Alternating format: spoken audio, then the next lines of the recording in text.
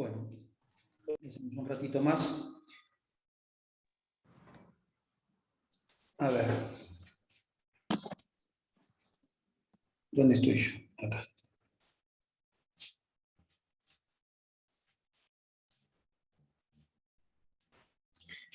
Bueno, entonces decía, los vasos sanguíneos tienen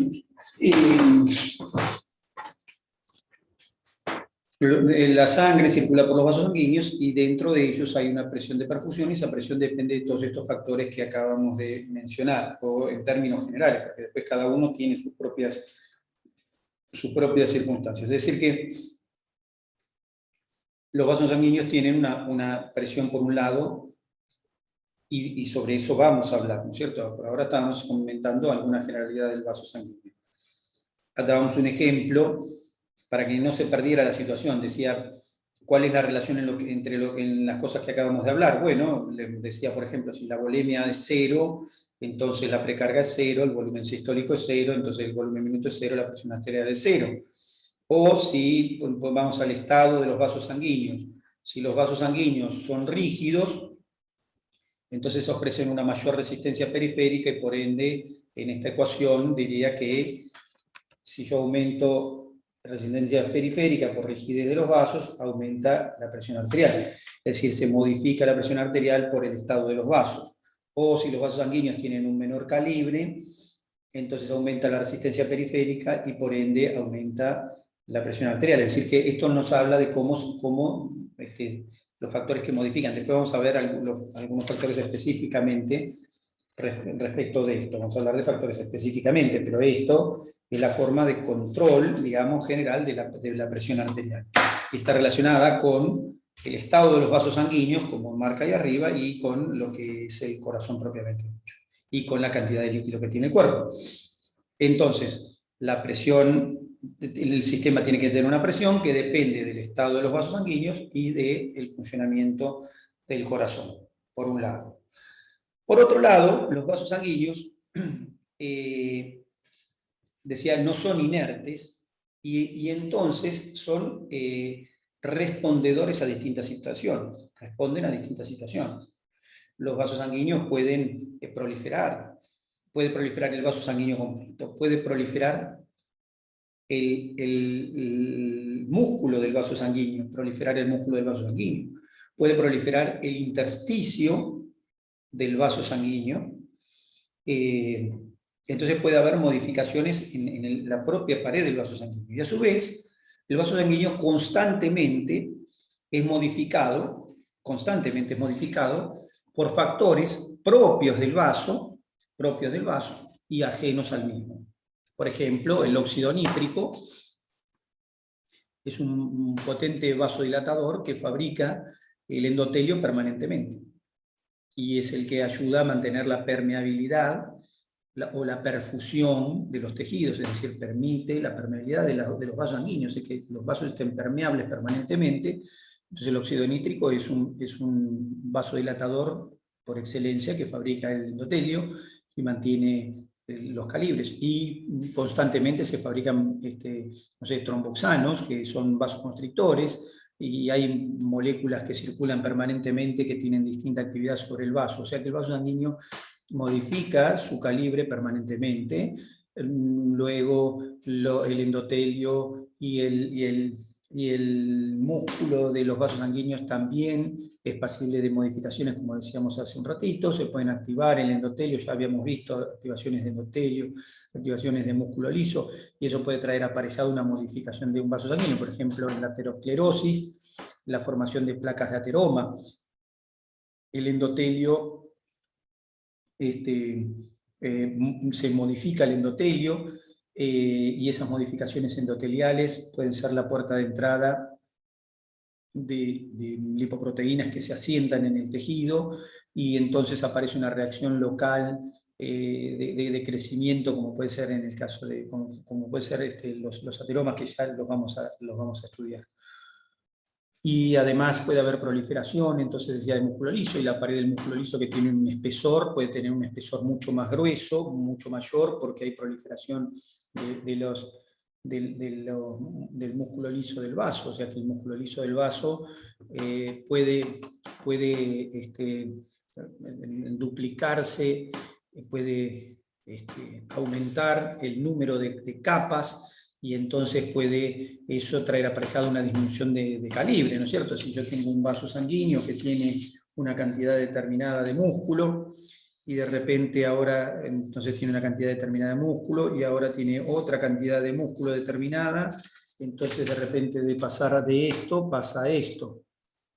Entonces puede pasar eso, o puede pasar que el intersticio de ese músculo también prolifere, es decir, que la cantidad de músculo sea la misma en este vaso que en este, pero resulta que acá hay mucho menos intersticio que acá, y lo que proliferó fue entonces proteínas del intersticio, y entonces aumentan de volumen y entonces me ocupan un espacio.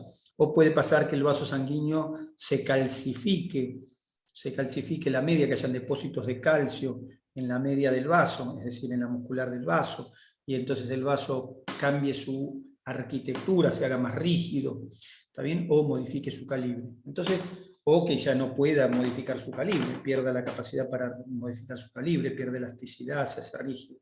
Entonces, los vasos sanguíneos tienen una arquitectura que los hace pasibles de enfermarse. Y a su vez tienen que mantener una función, que es la de perfundir los órganos, para lo cual hay que mantener una presión determinada que también puede modificarse. Es en relación a estas cosas que vamos a hablar nosotros, a esas modificaciones que pueden producirse en los cambios de presión, y vamos a hablar de modificaciones de la pared en relación a depósitos que se pueden formar en estos vasos. Es en relación a esto lo que vamos a hablar. Entonces, bueno, una vez que comentamos que los vasos sanguíneos tienen algunas características, ¿no es cierto? Algunas características, después vamos a mencionar algunas otras probablemente. Entonces podemos abocarnos a hablar de las patologías que atañen a estos vasos sanguíneos que nos interesan a nosotros. Entonces, la primera que vamos a mencionar, de las dos que vamos a hablar, es la aterosclerosis. Vamos a empezar con la aterosclerosis. ¿Qué es la aterosclerosis? La aterosclerosis es un tipo de arterioesclerosis. Aterosclerosis es un tipo de arterioesclerosis. ¿Qué es una arterioesclerosis?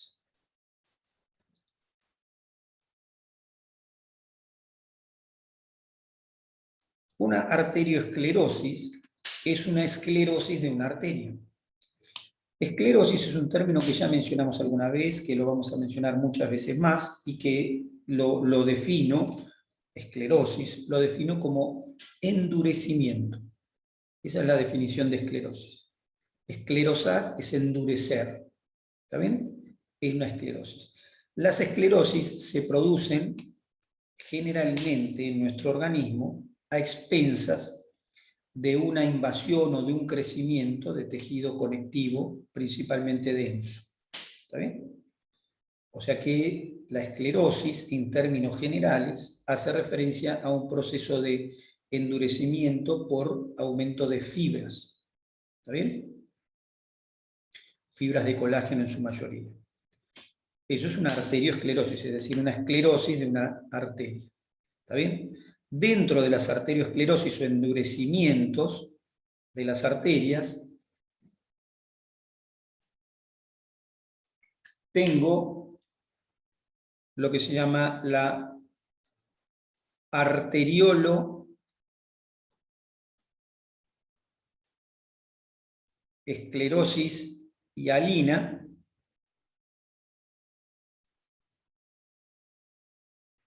la arterioloesclerosis hialina se escribe con H, arterioloesclerosis hialina, arterioloesclerosis hialina, la arterioloesclerosis hiperplásica,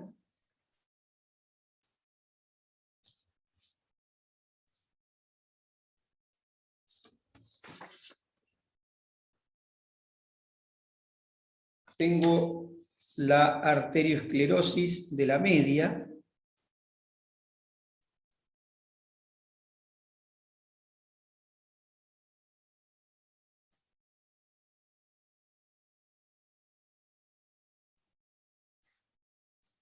o calcificación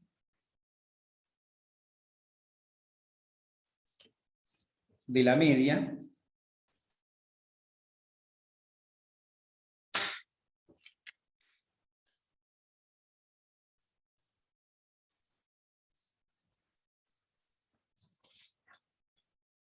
y por último tengo la ateroesclerosis.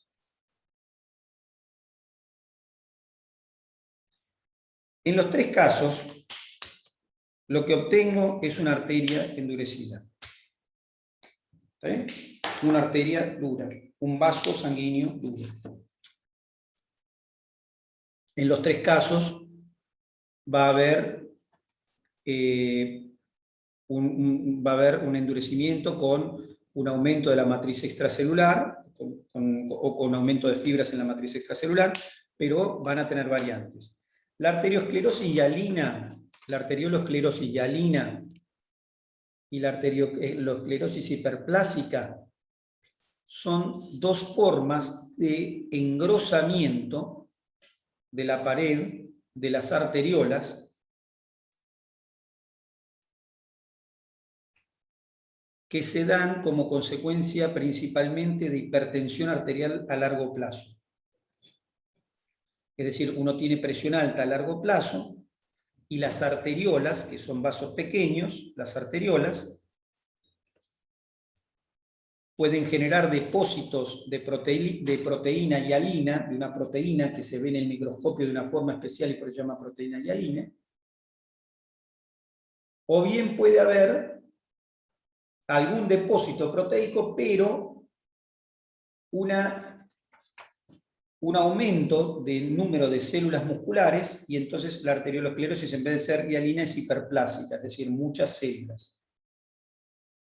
Entonces tengo arterioesclerosis, endurecimiento de arterias, en este caso arteriolas, de tipo arterioloesclerosis, porque son arteriolas, que pueden ser hialinas o hiperplásicas. Ese es un tipo de arteriosclerosis, que lo voy a mencionar de vuelta cuando hablemos de hipertensión. Luego hay una arteriosclerosis que se llama arteriosclerosis o calcificación de la media, o enfermedad de Monkeberg, no importa. La calcificación de la media, y esa calcificación, la media, la muscular, se hace rica en calcio, se hace rica en un tejido conectivo en el que se deposita calcio, y entonces se calcifica parcialmente la media y el vaso sanguíneo se hace más rígido, más duro, a expensas de que la media está calcificada. De esa no vamos a hablar, aunque es muy común. La arteriosclerosis de la media es algo muy común y le pasa a todo el mundo a medida que va pasando la edad. Y si ustedes miran una radiografía de alguna persona más grande que ustedes, van a ver que algunos vasos sanguíneos tienen como manchas blancas en la radiografía, y eso hace referencia justamente a los depósitos de calcio que tienen las paredes de esos vasos. Por último, la otra forma de arterioesclerosis es la que nos atañe ahora, y es la ateroesclerosis. Ateroesclerosis. ¿Qué es la esclerosis o endurecimiento del vaso a expensas de una formación específica que se llama ateroma? Ateroma. O sea que tengo un engrosamiento a expensas de la aparición de ateromas. De eso es de lo que vamos a hablar ahora. Es decir, vamos a hablar de la formación de ateromas en los vasos sanguíneos. ¿Está bien? Una forma de arterioesclerosis. Bien. ¿Qué es un ateroma?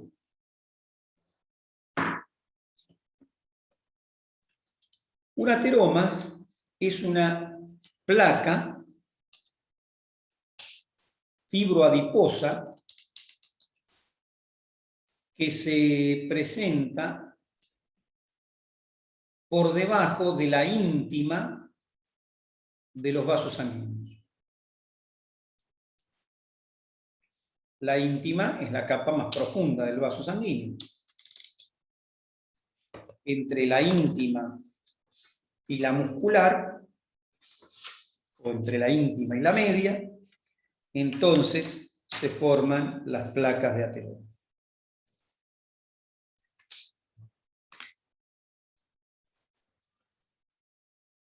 Acá en mi ejemplo, mi dibujito, voy a dibujar un ateroma.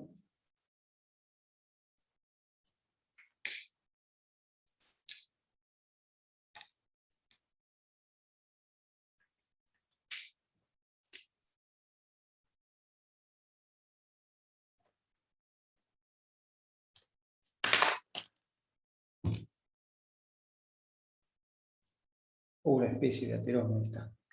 Ahí dibujé un depósito por debajo de la media. ¿Está bien?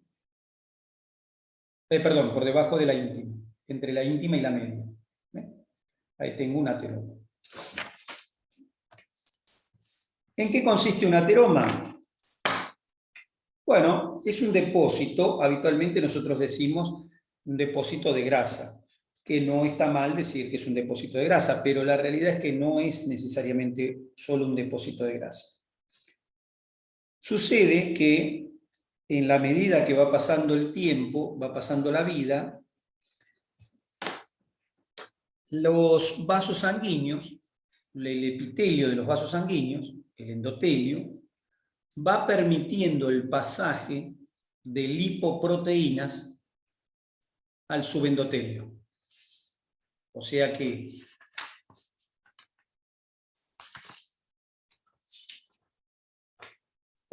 si lo agrando el dibujo, sería que tengo la célula epitelial,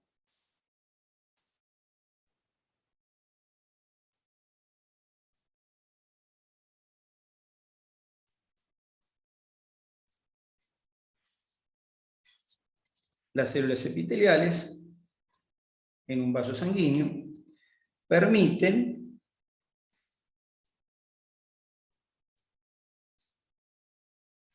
el pasaje de repente de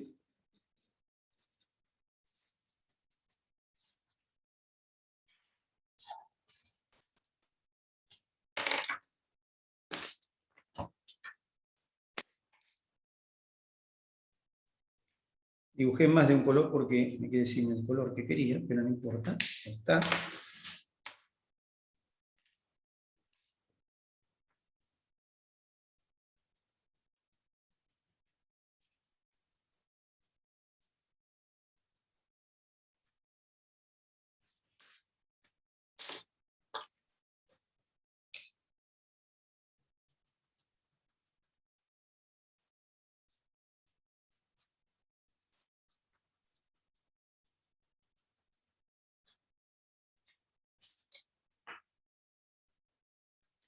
Ahí está. Dibujo. Este es un endotelio de un vaso sanguíneo, que puede ser de cualquier parte. Este vaso sanguíneo no tiene importancia en el lugar donde esté.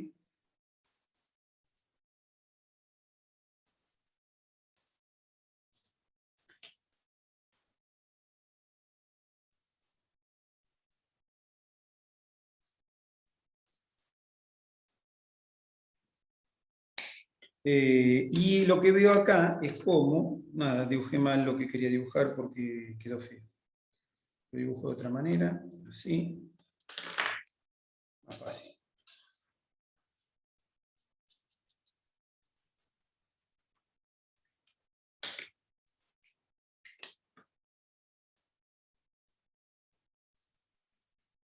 Ahí está. Bueno, esto es un pedacito de vaso sanguíneo. Entonces, en este vaso sanguíneo,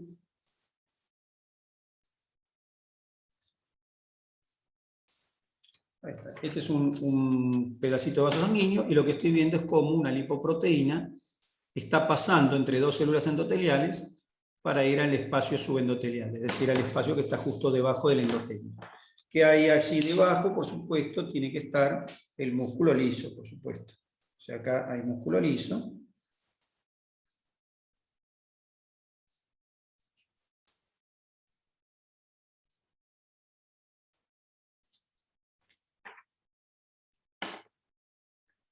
Entonces, una lipoproteína. Entonces digo, con el tiempo, las lipoproteínas empiezan a pasar a través del endotelio y se ubican en el subendotelio.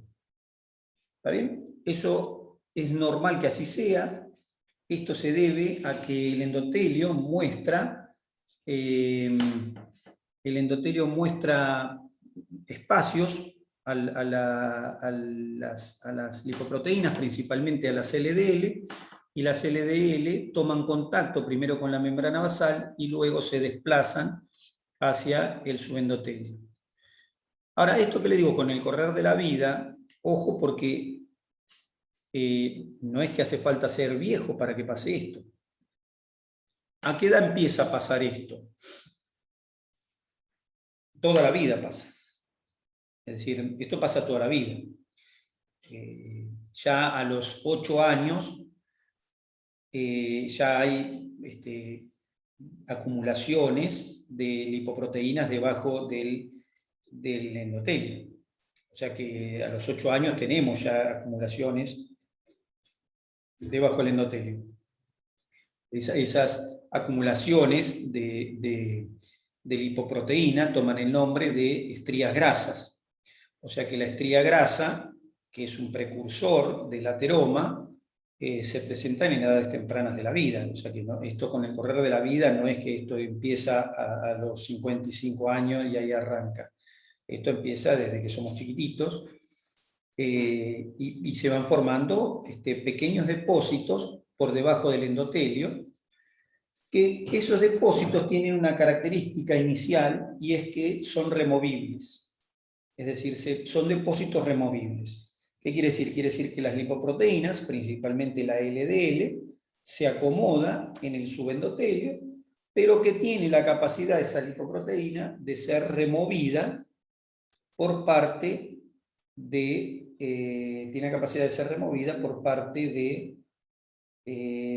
de moléculas que circulan en el torrente sanguíneo, como por ejemplo el HDL. Pero el problema de la acumulación de lipoproteínas de baja densidad, principalmente de LDL, es que estas mismas LDL, cuando están en contacto con el endotelio, merced al metabolismo oxidativo local, tienen la capacidad de oxidarse. Es decir, el metabolismo oxidativo local de todos los tejidos genera moléculas oxidantes y radicales libres del oxígeno, radicales, especies reactivas del oxígeno. El tema es que estas especies reactivas del oxígeno son capaces de combinarse con las LDL en el subendotelio y las oxidan. Y esa oxidación es un tema, porque las LDL, a medida que se van oxidando, van tomando propiedades especiales. Las LDL oxidadas, por un lado, tienden a tener mayor dificultad para ser removidas. O sea que cuanto mayor es la oxidación de las LDL, menor es la capacidad de remoción de esas LDL de ese tejido. Es decir, que va a costar más movilizar las LDL del tejido en la medida en que estas LDL se vayan oxidando y depositando en el subendotelio. Por otro lado, las LDL oxidadas ejercen efectos sobre las células blancas de la sangre. ¿Qué efectos ejercen? Bueno, son quimiotácticas. Las LDL oxidadas son quimiotácticas, es decir, atraen células blancas de la sangre. Para ser más específicos, atraen a los monocitos de la sangre. Entonces ahora, donde había solamente algunos lípidos que se empezaban a acumular, se me agrega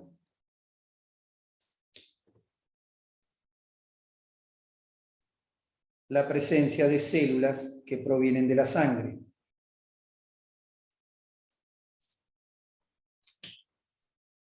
En este caso, pintado de color rosa, un macrófago, que sería un monocito, que se va a transformar en macrófago en el tejido subyacente. ¿Por qué el macrófago llega a ese tejido? Por quimiotaxis, llega por diapedesis, siguiendo un estímulo quimiotáctico. ¿Qué cosa ejerce el estímulo quimiotáctico? Las LDL oxidadas. Pero las LDL oxidadas no solamente estimulan el acercamiento de esos monocitos que se transforman en macrófagos, sino que una vez que están transformados en macrófagos, las LDL les estimulan algunas propiedades a esos macrófagos.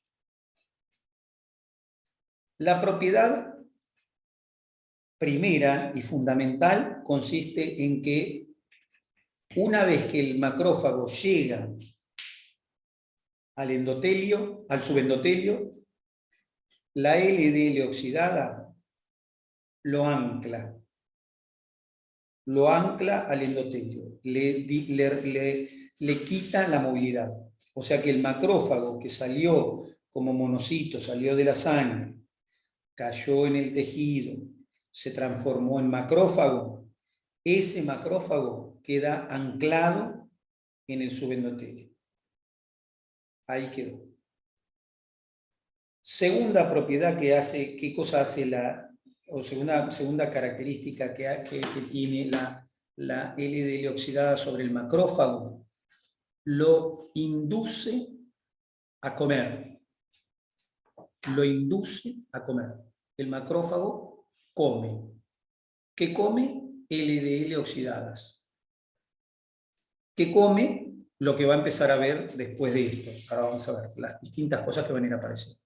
O sea que la LDL oxidada trae como problema inicial que los macrófagos son atraídos, es decir, como monocitos son atraídos, se transforman en macrófagos, y como macrófagos se anclan al tejido y se comen la LDL oxidada.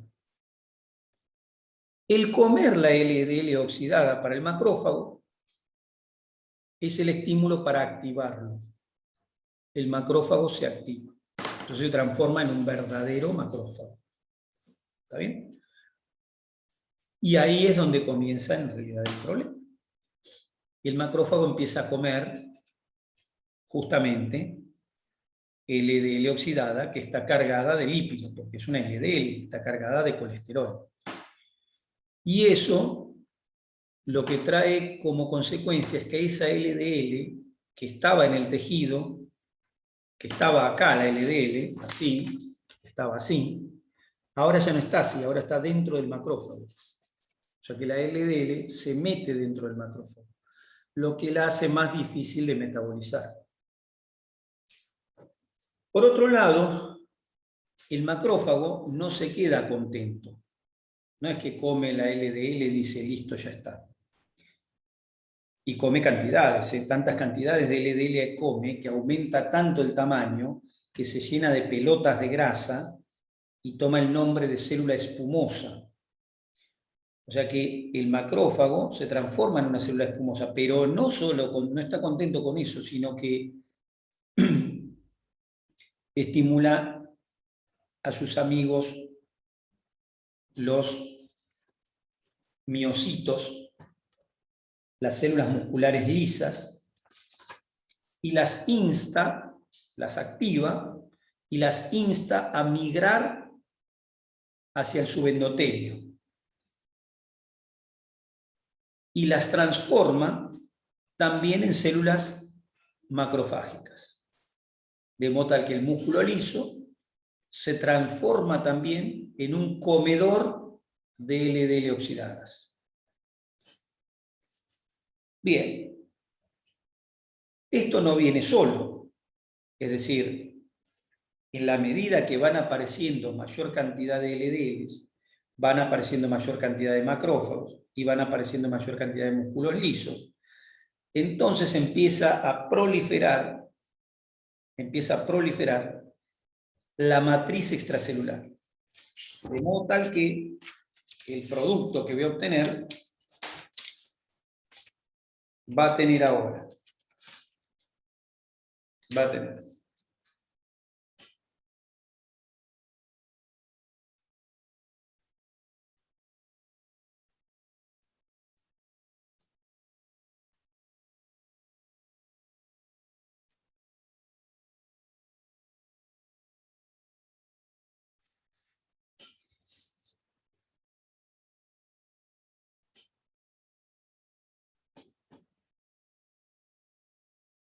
Bueno, ahí tengo un esquema de un vaso sanguíneo.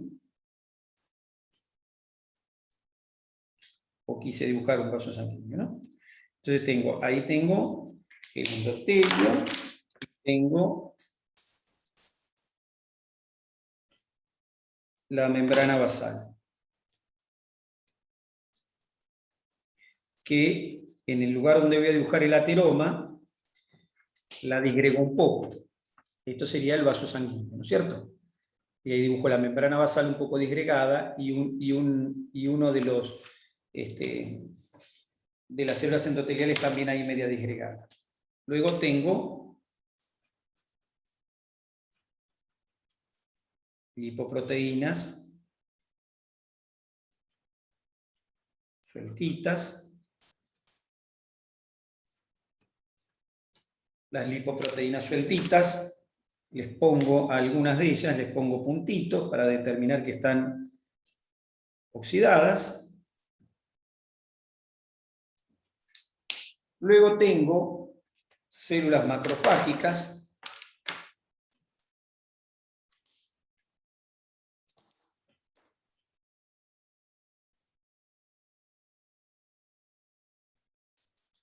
que se han comido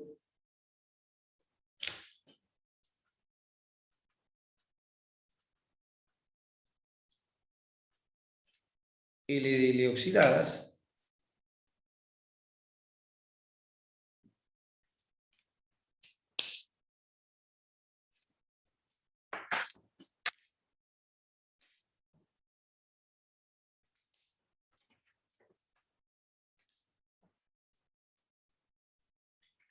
Miren, ahí voy mostrándoles.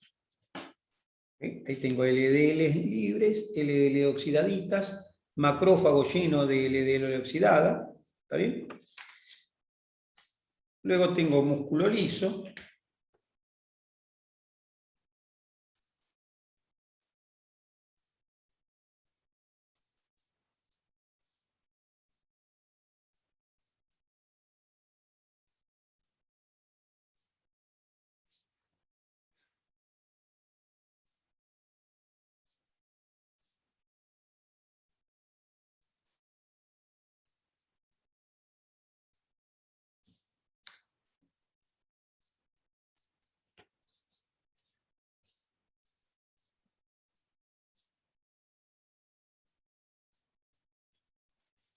Tengo músculo liso migrando.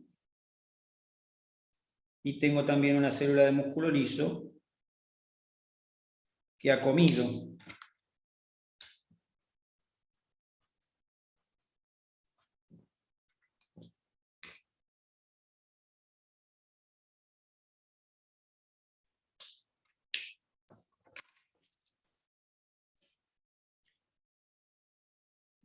Ahí tengo músculo liso del vaso. Tengo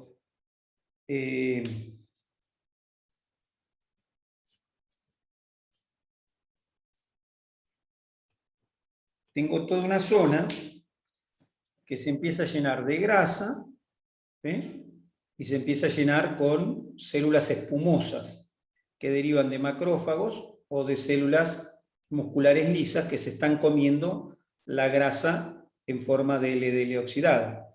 Pero hay una proliferación de matriz extracelular, por eso hay mucho blanco acá en el medio. Ven que hay mucho blanco, que no tendría que haber blanco. Todo ese espacio blanco no tendría que estar. Todo ese espacio blanco está porque hay proliferación.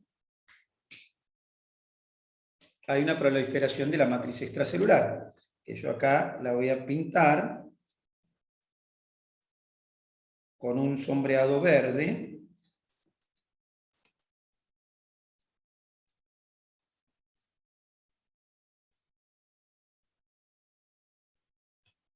Por un lado, así. ¿Ven? Aumentó la matriz extracelular por proliferación. ¿Quién fabrica matriz extracelular? El endotelio y las células musculares lisas. Células musculares lisas y endotelio fabrican matriz extracelular. Con esto, ¿qué va pasando? Se va formando una especie de bola. ¿Está bien? La matriz extracelular es rica en proteína fibrilar, lo que hace que se empiece a formar una estructura fibroadiposa. Por eso el ateroma no es solo grasa, es grasa envuelta en proteína, pero no formando lipoproteínas, son proteínas de depósito de la matriz que están englobando un proceso. O sea que el ateroma es un proceso, no es que el ateroma es grasa que se acumuló ahí y quedó pegadita, como si fuera el sarro en una pared. No es sarro en una pared, es un proceso dentro de la pared. Ni siquiera es el sarro en la pared, es un sarro adentro de la pared. Como si yo empezara a tirar contra esta pared que tengo acá atrás, empezara a tirar sopa, y en vez de pegarse la sopa a la pared e írseme acumulando, la sopa se acumula entre el revoque y el ladrillo.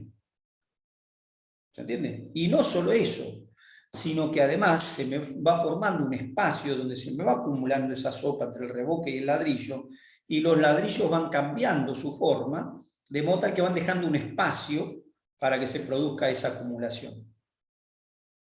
Bueno, eso es lo que va a pasar inicialmente con la placa de ateroma. Es decir, la placa de ateroma no es una acumulación lipídica, es un proceso que se lleva a cabo desde los primeros años de vida. Es decir, que no es, por eso no se forma un ateroma de un día para el otro. No es una patología de producción inmediata. ¿Está bien? Una vez que empiezan a pasar estas cosas, aparecen, por supuesto, productos relacionados con la inflamación. ¿Por qué? Porque todos los procesos tienen algo de inflamación. Es muy difícil que esto que esté sucediendo así no atraiga células blancas. Es muy difícil que no atraiga plaquetas en la superficie del endotelio. Es muy difícil que no permita la extravasación de proteínas como fibrinógeno que se transforma en fibrina desde el plasma. No puede suceder que no pase eso. Es lo que va a suceder naturalmente. Esto no es una cuestión de que haya una opción o que el proceso inflamatorio es otra cosa. Los procesos inflamatorios contienen o están contenidos, o parte de la respuesta inflamatoria está contenida en muchas respuestas, como en esta. Entonces, va a haber, por supuesto, macrófagos, va a haber, por supuesto, células musculares, miocitos que se transforman, va a haber fibroblastos locales del conectivo que está ahí, fabricando matriz, pero también van a haber productos de la sangre, productos que provienen de la sangre, como decíamos recién, como por ejemplo fibrina. La fibrina, que es una proteína que va a formar mallas. Las mallas que hacen, aíslan, las mallas hacen que haya una mayor dificultad para migración de células y termina constituyendo